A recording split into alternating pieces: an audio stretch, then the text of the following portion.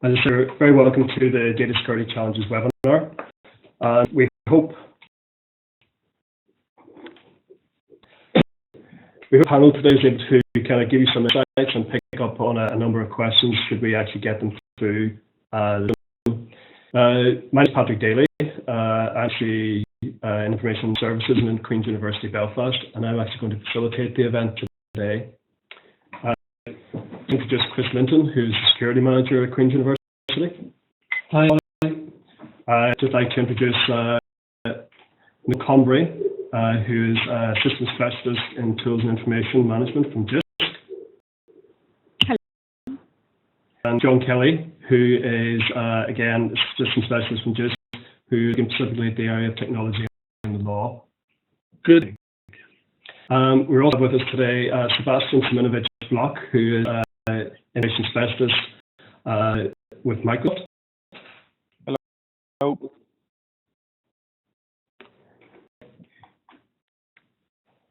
That we're coming up against on an ongoing basis is that HIT is hitting a number of data security challenges. There's been a significant increase over the last number of years, and we're seeing a number of different levels of sophisticated attack that a lot of our users are seeing as nearly normal business that they are happy to engage with. So we're running a huge range of issues. We're picking up on the attacks, the level attacks, and we are currently finding ourselves where it's not that the sector has been overwhelmed, but the sector has been hit with a number of different issues. There's been a number of changes recently in legislation. There's a number of changes in the attack, as I said, and picking up and say, what can we do about this? The event today is going to look at some security challenges, and that will be picked up by Chris and myself. What we will do then is look at the safe harbours and the newly ratified EU privacy shield, and also some idea of what's coming in 2018 with GDPR. Second, then we'll pick up on the Microsoft position and give us an idea of, where we come from on security and where we're actually going. At the very end, we'll pick up on questions to the panel, and then we'll close. One thing we want to point out is this is really an introductory webinar. We won't highlight a number of the issues, but we gauge from yourselves whether or not we should continue with webinars like this, and we kind of set the agenda. We want you to suggest future topics and events or areas that the UCISA and specifically CISG or the UCISA security group need to get up and looking at. Okay. Chris and myself are now going to look at a number of the challenges as we see them. We'll pick up on some of the issues that are coming out through Queen's University in Belfast, so i.e. some of the attacks and issues that we're dealing with.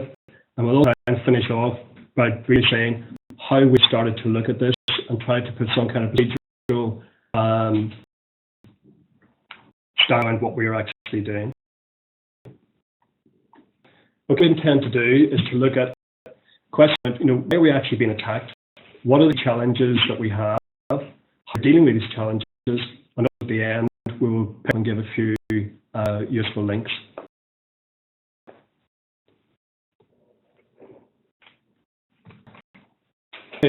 One interesting saw in another area was that government, then we actually come in the top 3 of areas that are actually being attacked.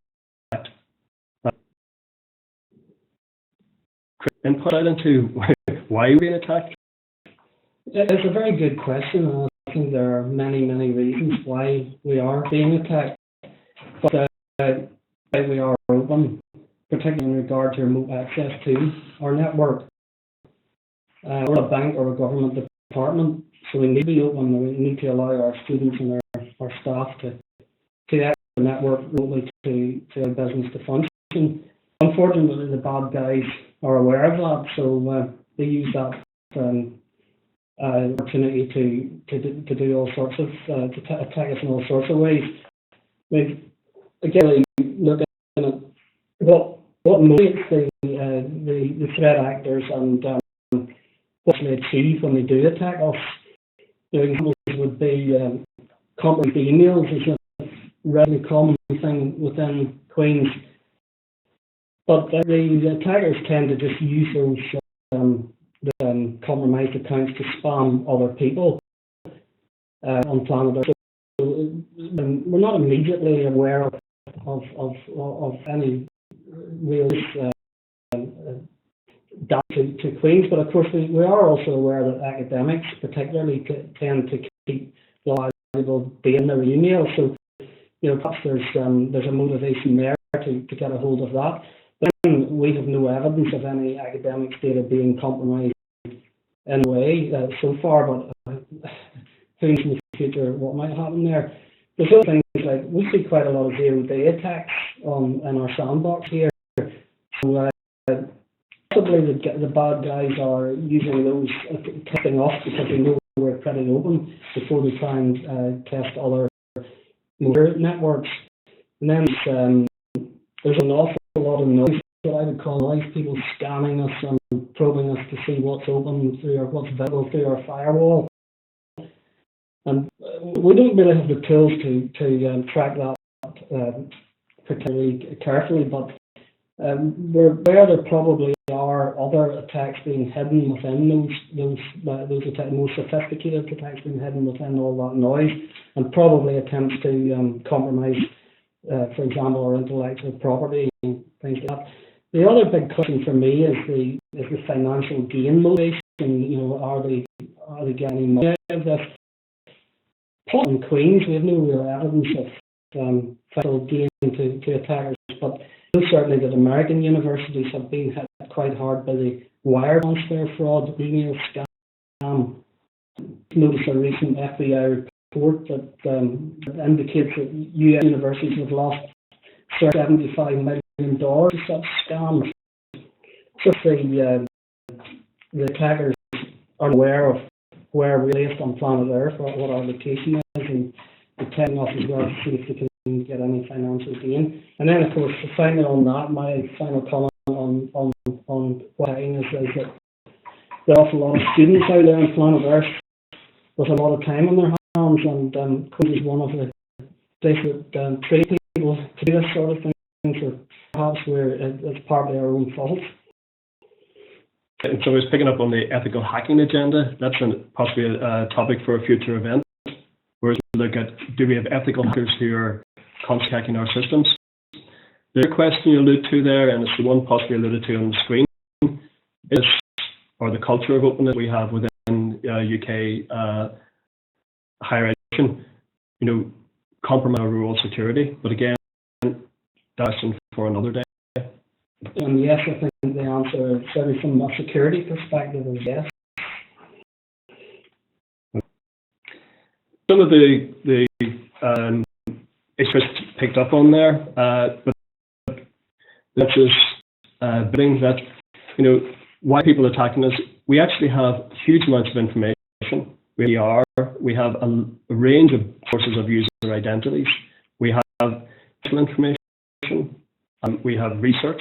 We're also, a very good stepping stone in a range of different other kind of areas, research institutes, other HCIs. We have VPNs, we have private networks that connect us to government departments.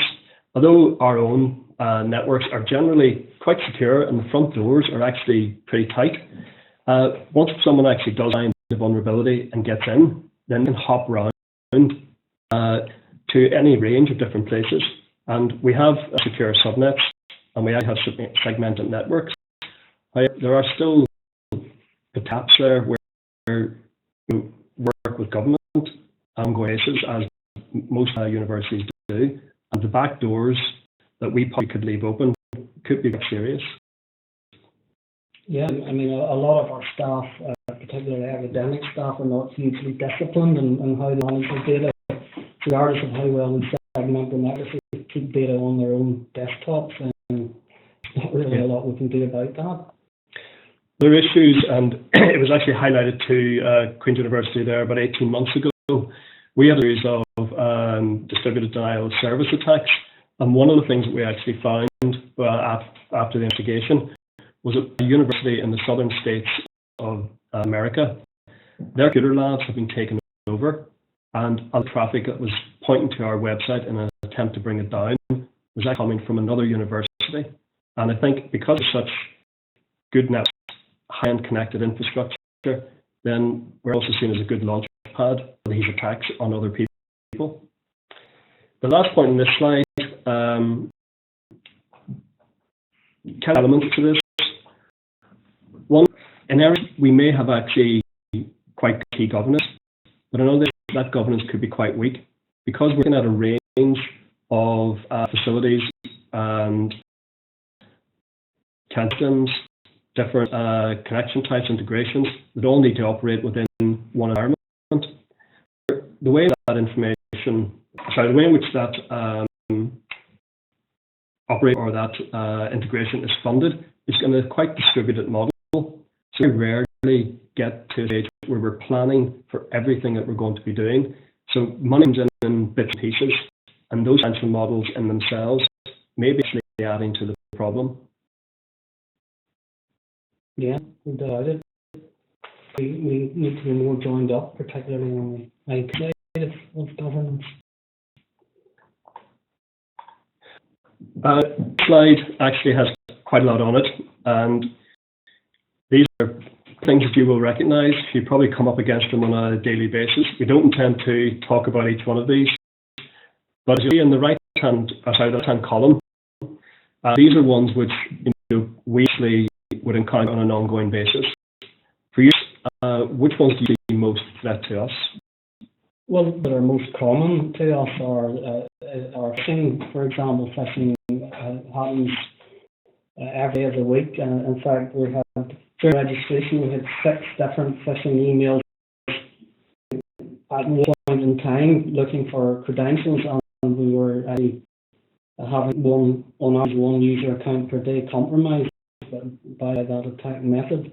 I've mentioned earlier on in the motivation for attacks, and so yes, it's a significant problem and a difficult one to manage as well, because we're using bona fide email accounts to do that, so therefore we're not blocking them. The other one for us is ransomware, and we've had quite a few incidents of ransomware in this year, in 2016. The situation where all our users' data was completely lost because they hadn't followed our back procedures, and it'd be completely unrecoverable. Another issue was one user paid a ransom without consulting with anyone, and then submitted an expenses claim for the rate to repay. So yes, those would be our biggest. But also is patching our servers and our systems. It's up to date can be a big issue, and there's a big issue for us. So we're later on the processes we're putting in place to try and mitigate that risk. And then the passwords as well, that's a difficult area within a university where it's difficult to have one policy for all passwords. So we find that passwords is still an issue for us. And legacy mounts is another big issue for us. I'm sure some of these may be topics in themselves for future webinars. However, the threats out there at the minute, and one of the ones that seems to be increasing is where people are actually working from. They're working from home, public networks, whether they're using university systems on university devices, and the issues that actually brings in place as well. Just a quick comment on the webinar. People are having problems not being able to hear. At this point, I don't see that there's anything to do with this from here. However, the webinar is being recorded, and the recording will be available at a particular point, so we can circulate that to the group.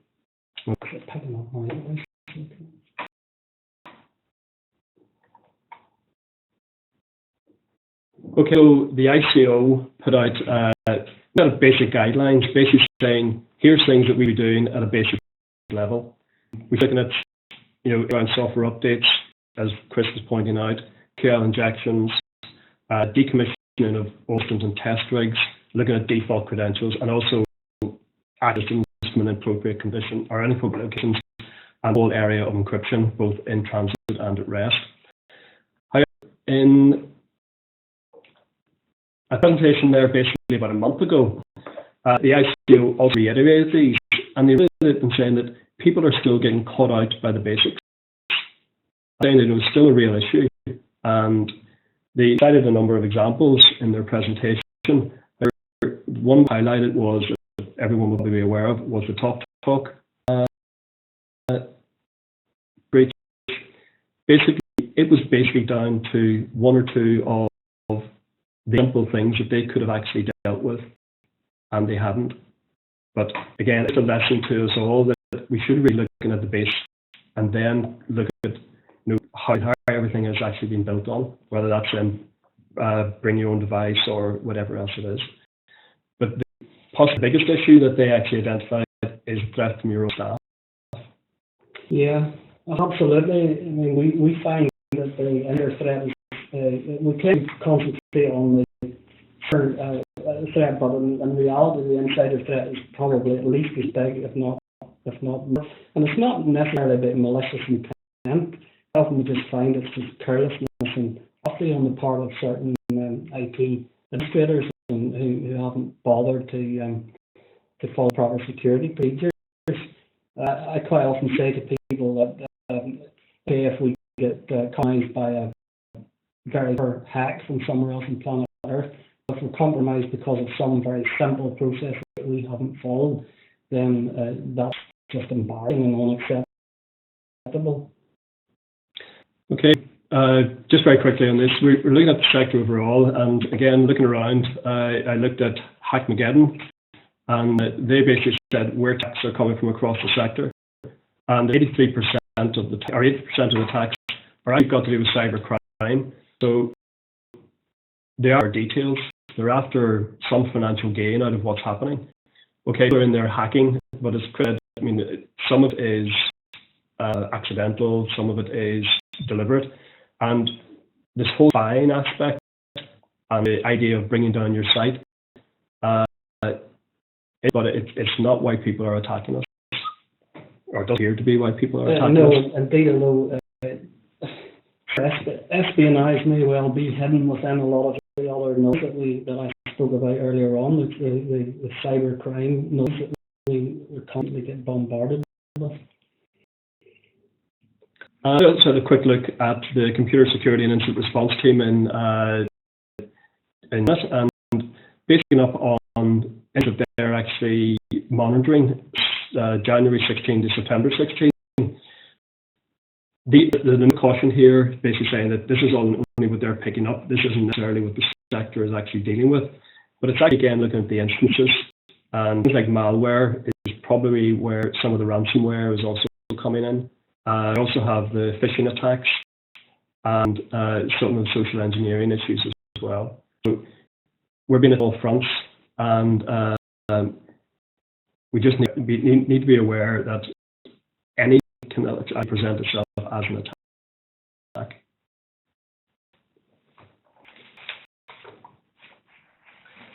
The main way to approach things in Queen's is that security is actually everyone's responsibility. It's not just the IT staff, and I know this has been alluding to that your staff need to be aware what they do. We've been looking at a number of issues around our awareness review, and she's been leading on a lot of that. I really agree with you, Paddy, about it being everyone's responsibility, data security. I think the greater part of that responsibility actually lies with the IT staff and the security staff. My aim is to cut the number of security decisions users need to make. In other words, take it away from their desktops, never even let it get to their desktops, because it's the easiest thing in the world to blame this, but we need to be confident before we start accusing users of not being aware that we've done everything in our part to make sure that they are properly protected. We've been looking at a range of different things: awareness raising, as I said, policy review, and senior management buy-in.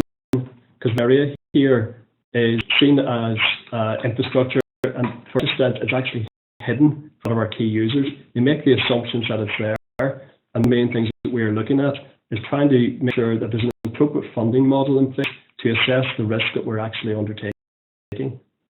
I think awareness one's quite an interesting one as well. You know, we have awareness programs, and we use 110-minute training programs, and quite, in my opinion, a lot of it is really on taking.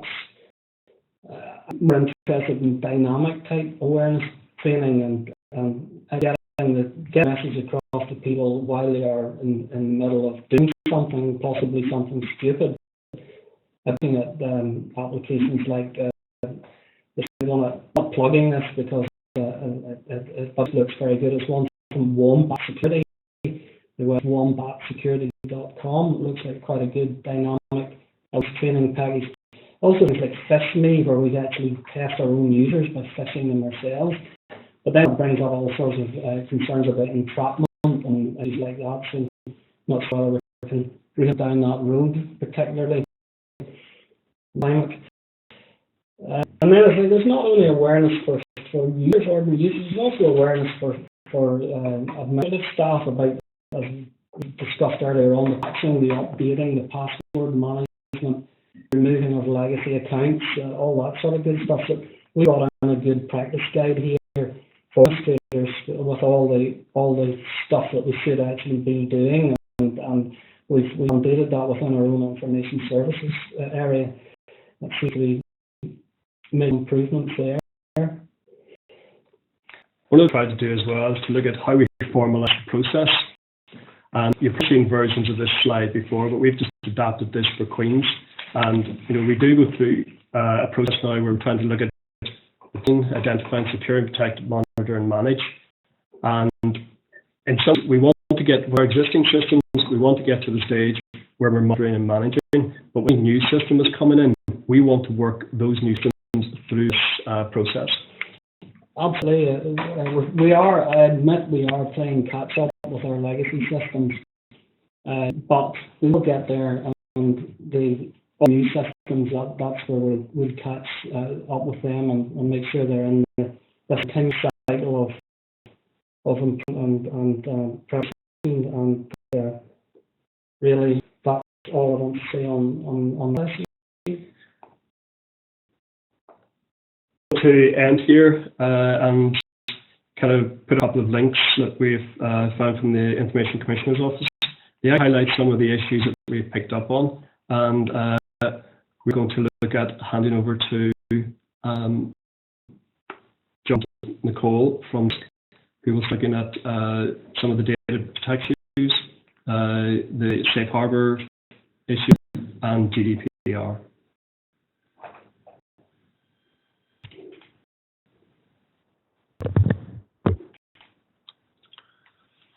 Hi, John, shall we start? Do you want me to quickly say what GISC is offering in terms of information security, just based on the talk? Yes, indeed, please. Yeah. My name is Nicole Corey. I work at GISC, a tech specialist, and one of my areas that I look into is information security. And just based on the talk that we heard, I just wanted to highlight that GISC is actually doing quite a lot in terms of helping you improve your information security. That's not just for people who have a Janet connection. A lot of the frameworks that we have are applicable to all sorts of organizations. And I put a link in the chat now so you can see on our website. At the moment, we have a new vulnerability assessment framework so that we scan of your addresses. There's a manual pen testing that has been in place for a couple of years. We also offer e-device and testing. Might address some of your phishing and spamming issues, and also in terms of putting or preventing phishing attacks, we offer certificate service. So at least that within your organization, you might be in a better position to trust the sender of an email and some of those phishing attacks. In general, I would agree with what the previous speakers have said, that most of that stuff is, helping good shape, patching users and that kind of thing. But the most important thing is training and awareness, because usually where it falls down, all the spamming, phishing attacks, malware, and that really rest on people, your staff, being aware. And the sophisticated phishing becomes the more the staff training needs to become. What we're doing is, and the government is looking into this more and more over the coming years, is Cyber Essentials, and JISC is hoping to become a creditor soon. So we're hoping to offer more training and awareness around Cyber Essentials and the basic security practices that the organization can do. For a range of security conferences and special interest groups. And then there's a workshop where these issues will be discussed and with the so the quick overview. So if anyone has any questions around this, either contact me or I will send a link to our website where you can get more information on this. I have it to John now. Thank you all. That's great indeed. Thank you very much. And thanks to Patrick and the UCISA for giving us the opportunity to speak to you today.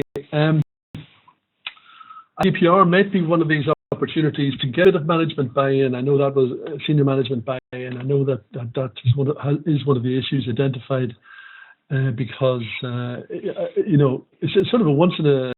These opportunities don't come along very often to get get profile to data protection and data information governance, and it's in the popular press, then that's always a good stimulus. Now I'm trying to move these slides. That's who we are. I think you've already been introduced to us, so you don't need to see that. I'm just going to skim over the Privacy Shield and the GDPR, and we can pick out things that may be of interest to us.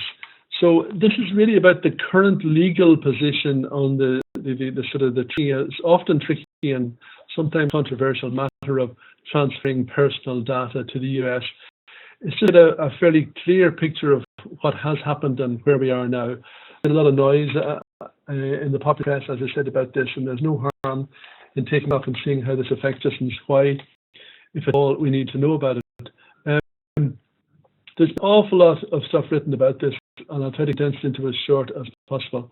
And firstly, it's important to point out that although there are overlaps, of course, I'm here talking about security in the sense of protecting individuals and their data, not about protecting the resilience or resistance to attack of networks or systems. Protecting individuals is the realm of the Data Protection Act, and the offences under the Computer Misuse Act to deal with unauthorized access, modification to computer materials, etc. That's how the law looks at it, and I think it's important to make that distinction for today. As overlap, but Safe Harbour, Privacy Shield are really only about a quite narrow and, as I said, interesting and sometimes controversial aspect of the security of personal data. And that it goes to making sure that as data controllers, we have to comply with our legal obligation that we have, and ensure that there's what's called adequate protection for the personal data we are controllers of when it is transferred outside the European Economic Area. Although the personal information of individuals that we process is important, as well as damage, reputational damage in the event of theft or loss of data. There are the consequences in the Data Protection Act itself, which we're probably all familiar with, and there's going to be GDPR, and a wee bit more of that later.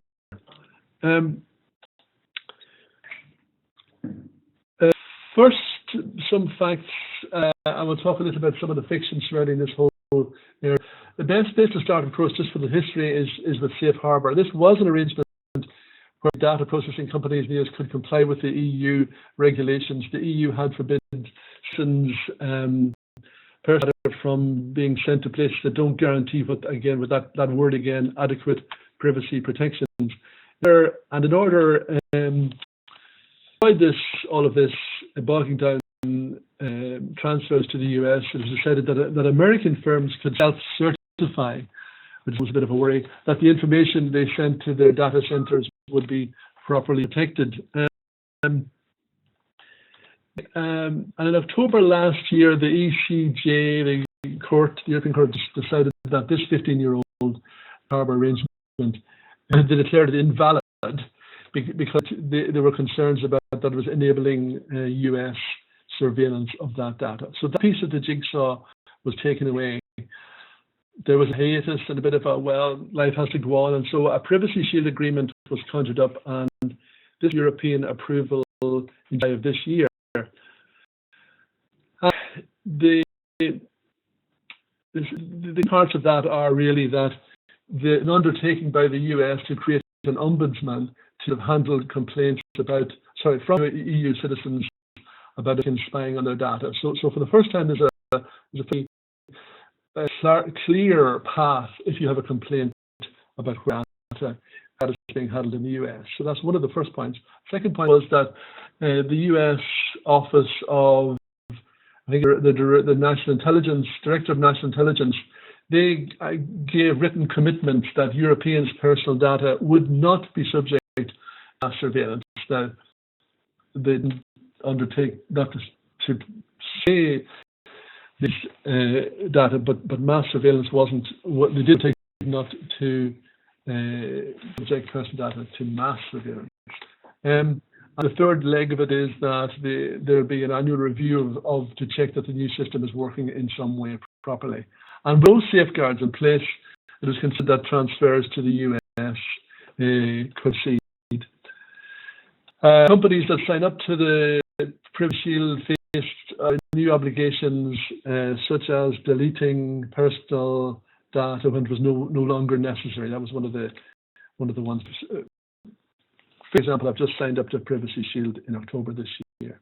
We have the piece of the jigsaw back, and it's as usual, you would think, except that cyber itself, the real challenges have been made to the Privacy Shield already, and it's anticipated, in fact, that the outcome to those could be delivered as soon as Easter next year, 2017. So to park that and deal with it as it is for the moment, and watch that space. So what does all that really mean for us in terms of what we have to do to comply? The answer is that, as before, the onus remains on the data controller to ensure that when data is transferred and processed, that's all done lawfully. The onus remains on the data controller. As before, make your own assessment of risk to compliance. So simple. You are familiar with this procedure and process. A good understanding of what personal data is being transferred outside the EU by you. That's important to get right. Going to, and what arrangements you're working to ensure that it is adequately protected. You've got to go through that process with the data that you're handling.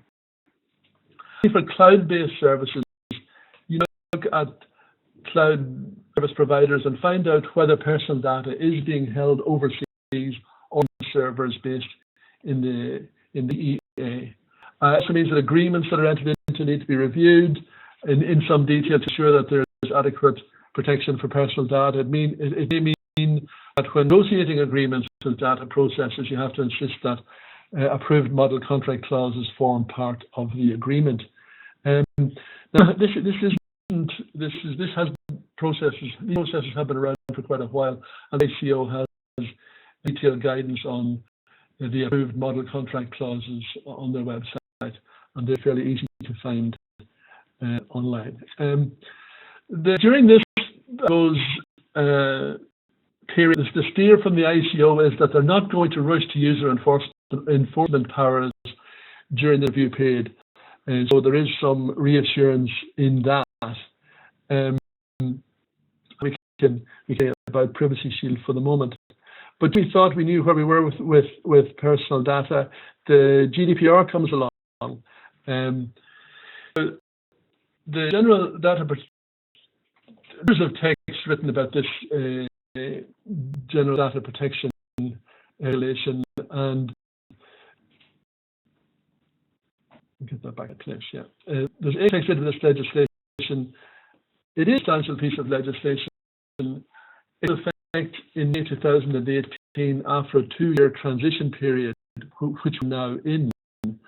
It doesn't, in a technical legal sense, it doesn't require any further or enabling legislation to be passed by the government for it to become the law of the UK.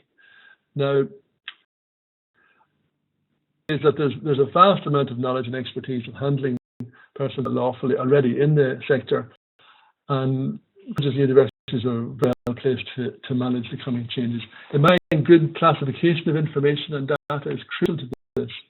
It's obvious to say that those with good information governance measures in place will find compliance much more straightforward. In practice, it may mean some more detailed documented policies and procedures to show exactly what is being done internally. I think that there's definitely a change in that way. The stated objective of the GDPR was to give citizens back control of their personal data, and also to simplify the regulatory environment for businesses by defining how it's all regulated, the so-called one-stop shop, and also some consolidation and some harmonization. And so to make all that happen, a great deal of compliance detail in the GDPR that isn't present in the current law. Now, some positives are that the definitions are broadly the same as under the DA, which are used to working with. So there's some reassurance in that. Now, if you're not already familiar with the document, then the document preparing for the data protection regulation, 12 steps to take now, ICO data protection reform site is essential reading. That's a sort of a dedicated website that the ICO has for GDPR. It's called, and the document itself is GDPR 12 steps to take now. One or two out of that. Some priorities they identify are to do with individuals' rights. Now, this notion of giving back of control of personal data will need a bit of thinking through, and getting the portability of personal data will, as I said, we will need support and guidance on from the SEO. That'll be more relevant to commercial services, but it does affect the sector as well. Now, things like the right to erasure or the right to be forgotten will need how the regulator, the ICO, interprets what needs to be done with this, and we are guidance to emerge on that. It's safer to do that because there are some things that have to be called. All contracts, they are undertaking to produce guidance and clarification on what contracts with data processor, for example, need to be in place. And we did talk a little bit about that, but that needs to be expanded upon by the ICO. Although headline grabbers included increased fines for non-compliance, I'm just going to pick out one of the things I'm particularly interested in, and that's to do with consent. The grounds for processing personal data under the GDPR broadly are as those that we are familiar with under the Data Protection Act. There's processing with consent, and there's processing we must do where consent is not the lawful basis of the processing. I think processing with consent may be easier, although I think it's probably safe to say that forward, if you don't have documented consent, then you don't have consent. So therefore, you should review the systems you have for recurring consent to ensure you have an effective audit of that, an effective audit trail of that. GDPR is clear that controllers be able to demonstrate that consent was given. There's no saying we have consent. You have to be able to demonstrate that. GDPR consent is a more restrictive In particular, it tries to ensure that consent is specific to distinct purposes of processing. Any further processing must be what they call compatible processing, that's the phrase that's used. And interestingly, further processing for archiving purposes in the public interest, for scientific and historic research purposes, and statistical purposes, they're all be considered as what's called, as I said, compatible processing. Now that seems like a beneficial change for our sector, and we have to see how that's going to work out. It may make life a certain amount easier for some people working in that area. All of this, of course, gets trickier when we are trying to justify processing for consent in not the full basis of the processing. Because consent can be withdrawn, then there's quite a lot of circumstances where consent can't be the lawful basis for processing personal data. Now, there's a lot of discussion, debate on this, and over the years, this hasn't really changed, but I think it's going to come back into focus with the GDPR, and we have to. Really, the question is whether we can rely on processing that is necessary in relation to a contract with our students in order to justify the processing that we're doing. And that's probably where most or all of our processing without consent or with consent in a very undetailed way will happen. But also an argument that making the argument that the legitimate interest of the data controller can be stressed as well. We have to wait and see if there to be any detailed change with the GDPR. My view is it probably won't change. We will still be left with those sometimes difficult questions. But I'm going to throw in something there which I find was an area which we have to look at, which is right in this space, in learning analytics. There are interesting questions about what we can do with the data generated by others as they make their digital journey to our institution. And there are advantages to both the way we teach and the way learners learn, both to the individuals themselves and to the processes, if we can use that data smartly.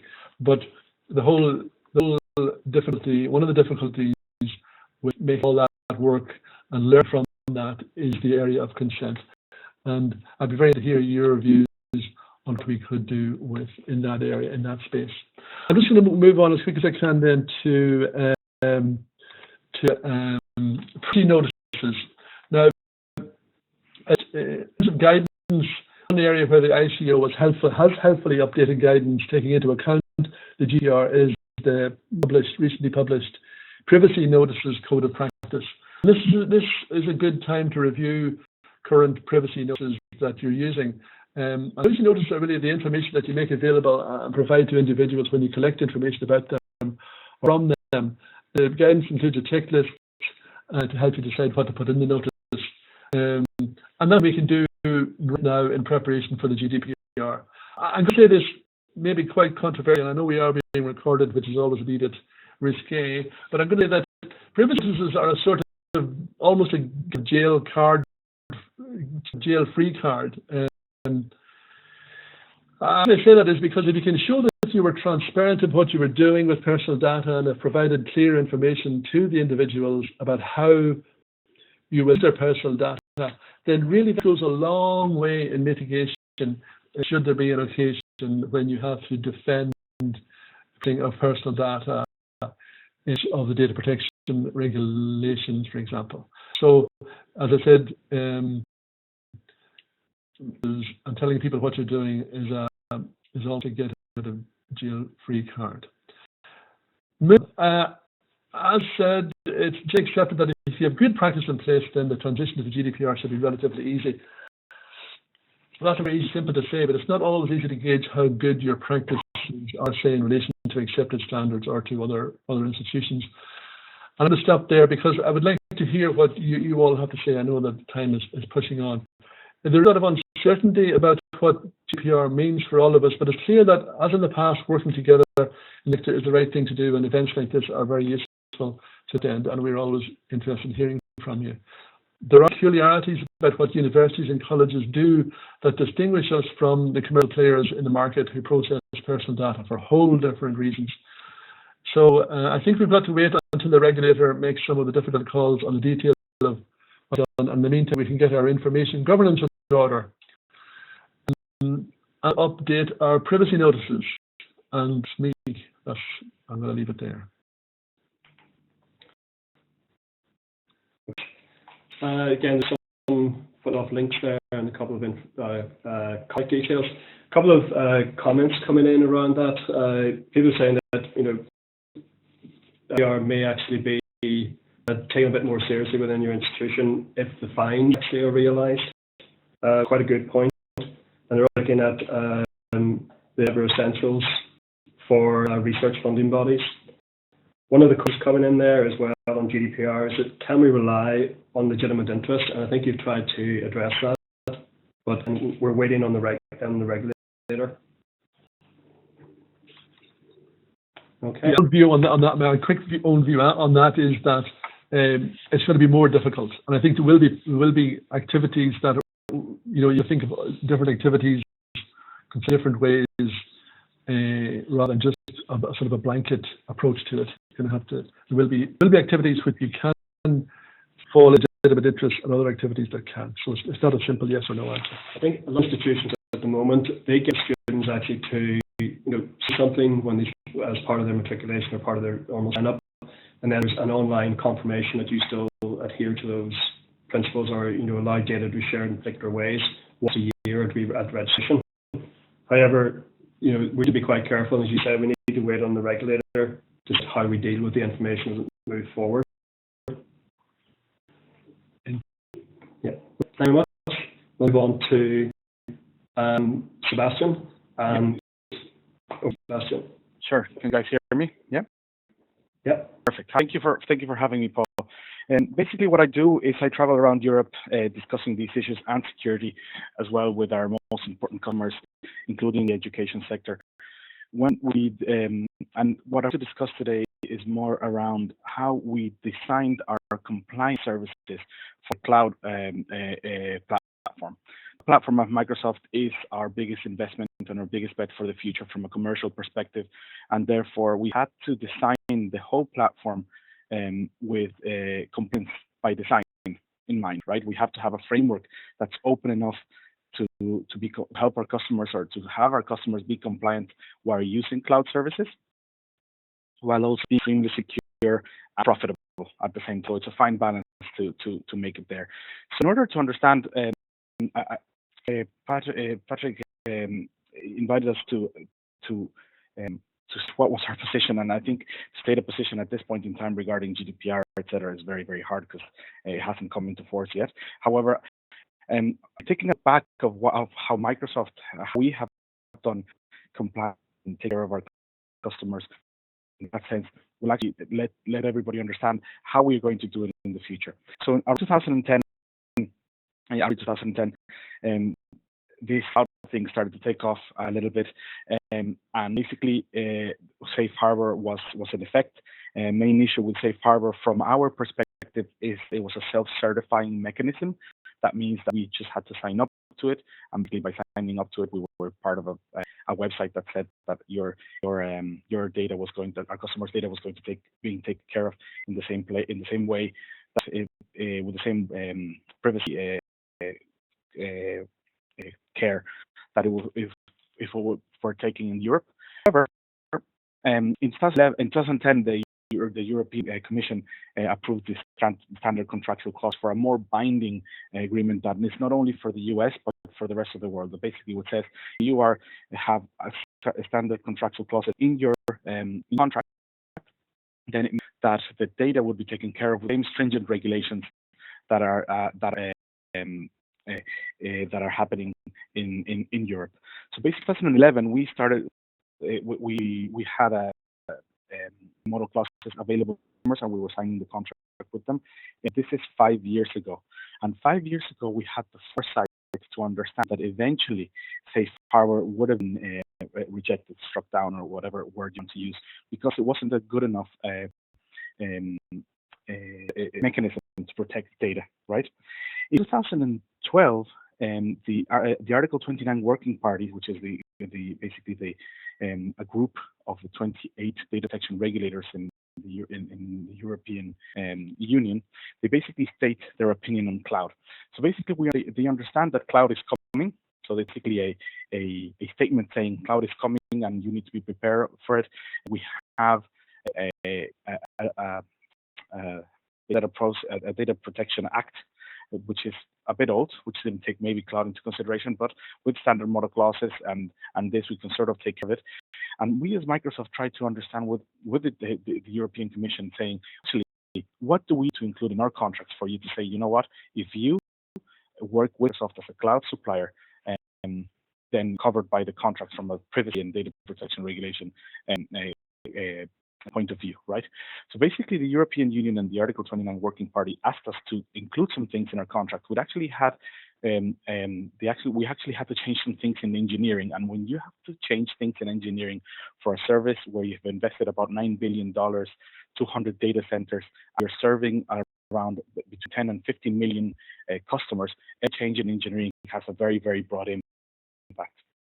So that's stuff that basically we separated in about three places. That privacy by design, so that we respect each party's distinct legal roles, so data controller, data processor, the no of customer data for marketing or similar commercial purposes, and no commingling with consumer data. So basically, we had to guarantee that from a contractual perspective.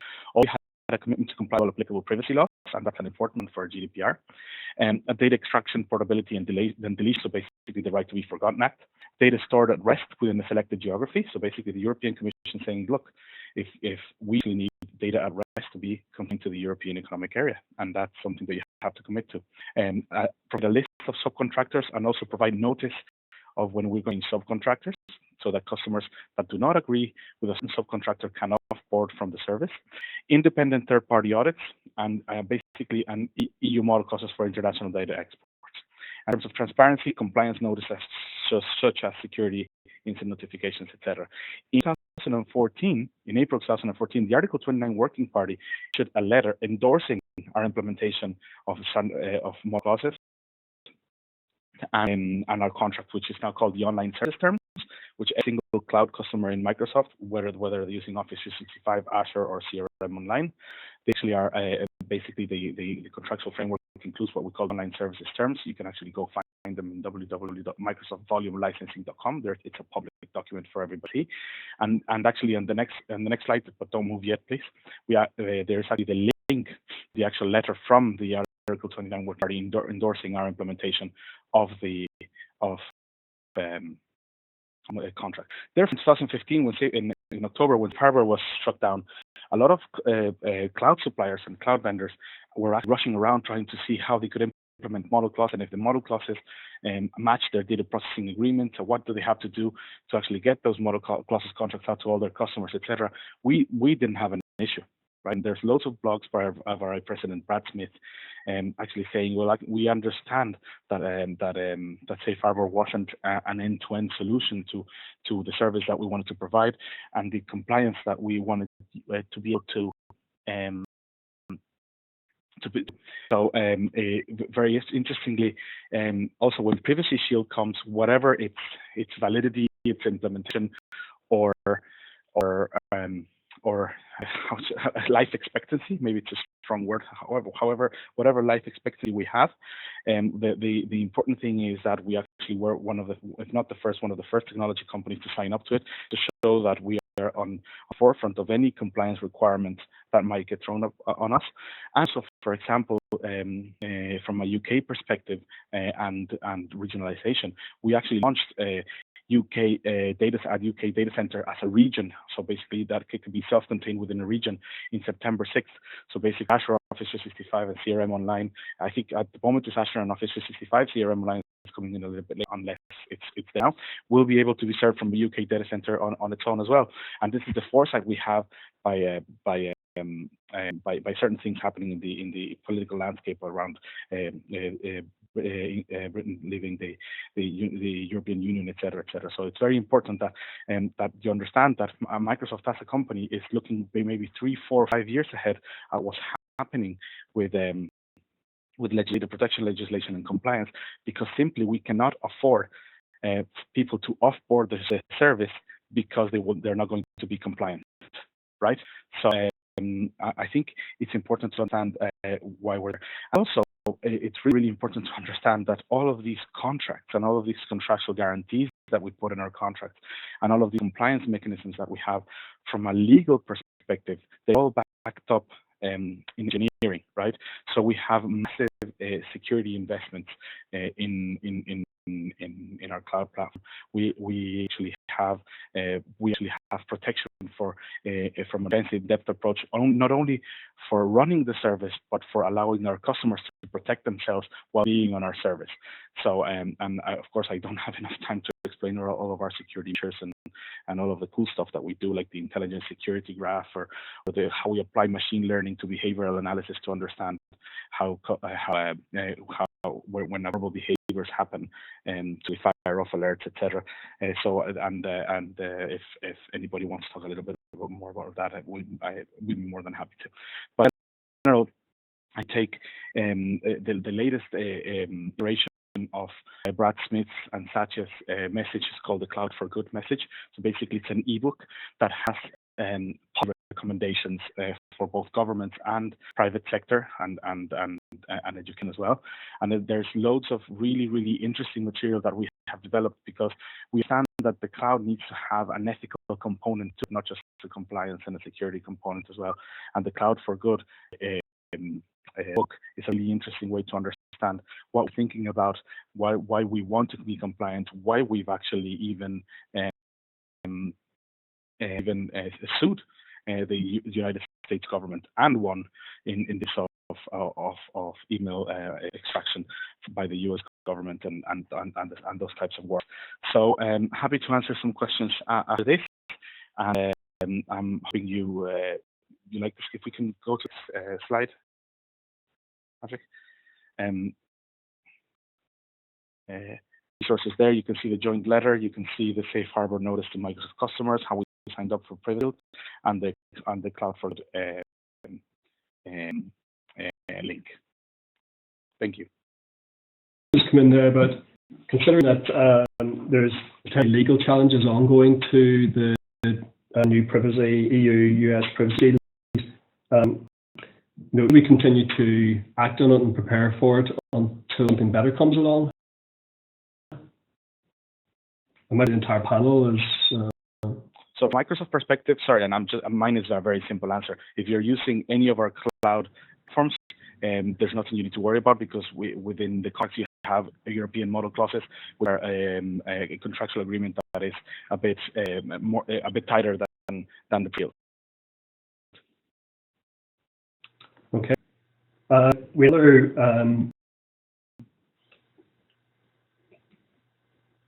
kind of GDPR aspect, as you mentioned earlier on, possibly for John again. Say the timeframes that affect HE for privacy notices are probably going to be more manageable. When it comes to FE, then those days might be quite shorter, given the duration at which the students go through the FE systems. Yeah, I think that's about consent, and it, again, the answer, the way the law will look at it is that as long as you're as clear and as transparent about what you're doing with learners and the students' data, then you're going to be compliant. But yes, you've got to be more clear about when you collect the data, what you're telling them. Then you have to know what you're going to keep it for, when you're going to have to know when you can dispose of it, and a tick box is consent. That hasn't changed. As long as the person ticking the box knows what they're agreeing to. Basically, I'll move just into the question phase. Another question come in there about the Microsoft position is quite good in the fact that it gives us the confidence forward. But part of this is looking at the tools that we need to use on Office 365. And some of those reporting tools, we actually need to go spend more money. So we need to look at better reporting coming out of Office 365. And again, that might be something that we pick up on a later webinar to look at the roadmap for Office 365 in relation to this area. Because we are doing loads of changes on that. Yes, and the roadmap may answer that question. Yeah. But we kind of, if there's coming in from people, anything we've picked up on today, or if there's anything the panel want to comment on, there's a pick what came in through there was, has anyone been at or seen any of the recent security fatigue research, and whether or not anyone had any comments on that? Indeed, I've seen the security fatigue argumentation. In fact, it resonates with a lot of things that I think and a lot of things that I said, that users are becoming weary of all the security stuff and beginning to know it, so we need to become better in our awareness and how we present, and that's another area where it will probably cost more money to be more effective at getting messages across to users. Yeah, there's one to be worked out, but definitely it has to move forward in that direction. But it also chimes with regulatory fatigue in general. You know, it's to, and if the question did come up here also, if you really expect students to read privacy notices, I mean, the same difficulty. I think, you know, you glaze over it, or you move on. That's not really what you want to do when you switch on your computer. You want to go on into the interesting stuff. You don't want to be reading notices or worrying about security or having to do with security stuff. The natural. But batting that, I don't know how we do it effectively. Another question's come in here about when we're transitioning students, being students after graduation to being our alumni. We too have a relationship with them, and we want to continue to market to them. So, are there any feelings about that? How we build in some of the safeguards around it that meet these requirements? Because in theory, the agreements that we have with the students are agreements that are with them acting as a student. So, yeah, I think that the answer to that is, I'm nearly sure, is that, you know, once stop being a student, you need different details from them anyway. I mean, they'll have a different address. They'll probably even have a different residential address.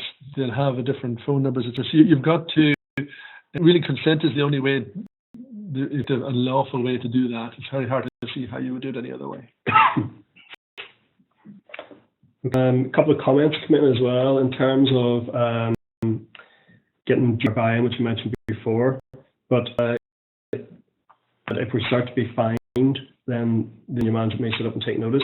However, the second part of that is that some of the research funding bodies are more necessary now that we are kind of have security credentials and accreditations in place before we can actually go forward, make use of, apply for grants and also get them and the like. So they're coming down the line, and a number of areas we need to be prepared for. I think that a good high-profile legal case which clarifies things out in the open, where someone suffers a massive fine, that's good for me to some extent, because it makes it easier to convince people to sit up and listen. So obviously it's not so good for the person who gets the fine, but and let's try to ensure that our institutions aren't the people get the fine. But I do think it's a useful stick to evaluate people. Yeah. I think in terms of cyber essentials, I think there's increasing demand by funding bodies and also by the government as part of their new cyber strategy as well, cyber essentials. So it's an area to look into for universities. I would probably not go hard for most universities to get cyber essentials accreditation or certification, whatever it is. But it's certainly something that should be on the agenda going forward.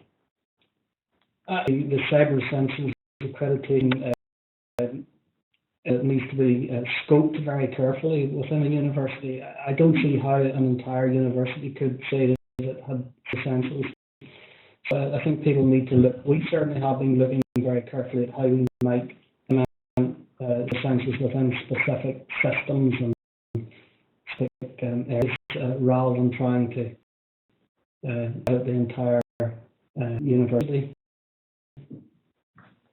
And it's the same with ISO 27001. You have to be very careful with the scope and make that clear. That's absolutely right. Things cropping up here as well, but again, in relation to GDPR, becoming compliant with it. I mean, the impacts that could potentially have on projects that are ongoing that possibly weren't funded in particular ways to deal with the challenges and the flood of information required might come in, but how the systems, for example, for that to be forgotten. So we need to be aware and maybe have to refit some of our systems in ways we weren't possibly expecting, and ways that the projects or the grants associated with them didn't actually plan for in terms of finance.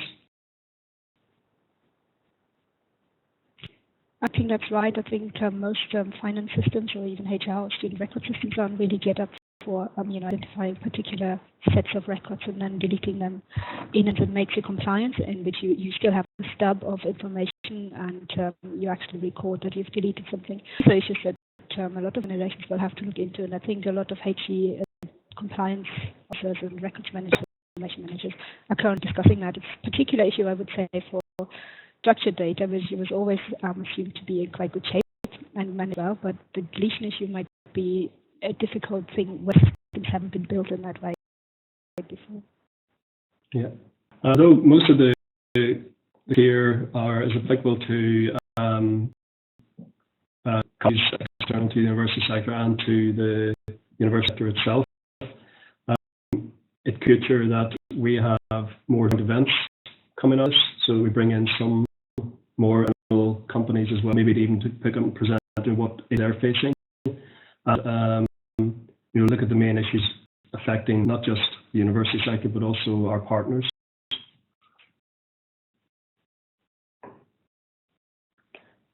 Any other questions? I'd just like to thank them for their participation today. And basically, hopefully you have a feedback form at the end of the when you log out. And can you make some suggestions for future webinars if you think it's a good idea for us to continue this?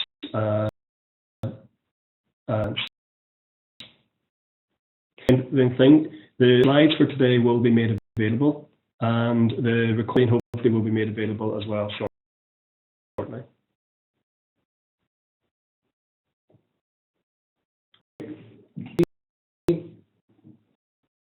Thank you.